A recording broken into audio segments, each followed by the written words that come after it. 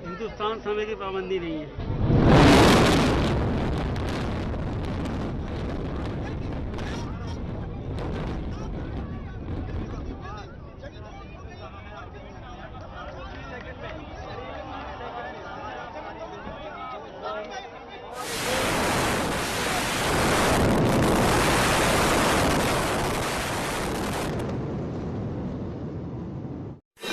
आप देख रहे हैं जन अदालत समाचार।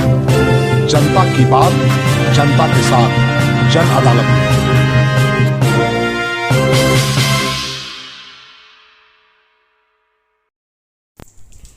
नोएडा के सेक्टर 93A में बने 103 मीटर ऊंचे ट्विन टावर, जो भ्रष्टाचार के जीता जागता सबूत के रूप में खड़ा था, उसे आज सुप्रीम कोर्ट के आदेश पर ध्वस्त कर दिया गया।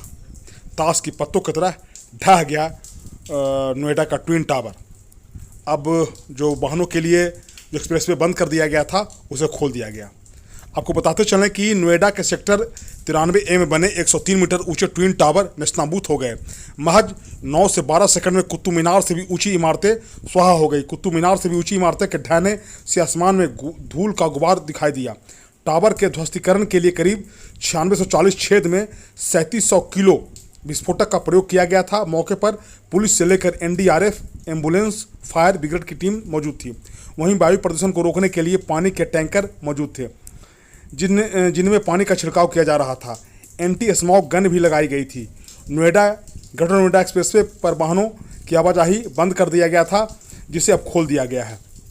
ट्विन टावर को ध्वस्त किया जा चुका है। वाहनों की आवाजाही के लिए ग्रेटर नोएडा एक्सप्रेसवे खोल दिया गया है।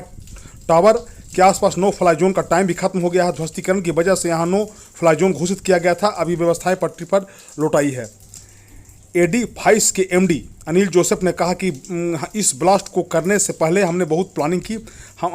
हमारे में लगता है कि यह परफेक्ट ब्लास्ट है। हमने नियंत्रित तरीके से ब्लास्ट किया, जिसकी वजह से इमारतें वैसी गिरी जैसा हम चाहते थे। हमने वाइब्रेशन का नियंत्रित किया। ध्वस्त हुए ट्विन टावर्स के मलबे का अंबार लग चुका है, और इसमें जो है इसके अलावा आसपास के क्षेत्र में धूल के बादल दिखाई दे रहे हैं। इन्हें कम करने के लिए एंटी स्मोक गन के जरिए पानी का छिड़काव किया जा रहा है। नोएडा CP ने कहा कि मोटे तौर पर योजना के अनुसार ही सब कुछ हुआ। विशेषज्ञ दल मौके पर है। फिलहाल आकलन किया जा रहा है। केवल विशेषज्ञ ही विध्वंस के बाद की स्थिति का पता लगा सकते हैं। हम अब शेष और बचे हुए विस्फोटकों का आकलन करने के लिए साइट पर जा रहे हैं। बाकी के लोग वहाँ के मौजूद हैं। नोएडा की CEO रितु महेश्वरी ने कहा कि मोटे तौर पर आसपास की हाउसिंग सोसाइटियों को कोई नुकसान नहीं हुआ है। अभी कुछ मलबा ही सड़क की तरफ आया है। हमें 1 घंटे में स्थिति को लेकर बेहतर अंदाजा मिल जाएगा।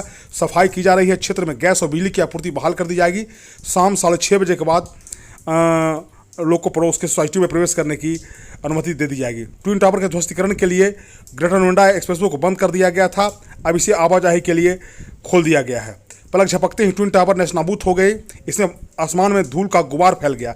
अब धूल को कम करने का काम किया जा रहा है। इसके लिए मौके पर एंटी स्मोक गन्स, पानी के टैंकर मौजूद हैं। ट्विन टावर गिराने में किसी के हताहत होने की खबर नहीं है।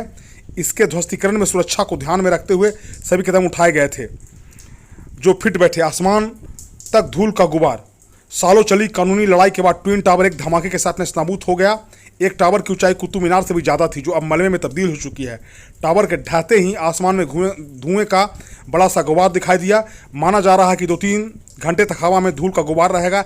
हेल्थ इमरजेंसी को लेकर 3 अस्पताल को अलर्ट मोड पर रख दिया गया है। एक धमाका होते ही नोएडा के ट्विन टावर ताश के पत्तों की तरह बिखर गए। इसे गिराने के लिए 3700 किलोग्राम से ज़्यादा विस्फोटकों का उपयोग किया गया था। बाबा शिवाजी की रिपोर्ट, जन अदालत न्यूज़ के लिए।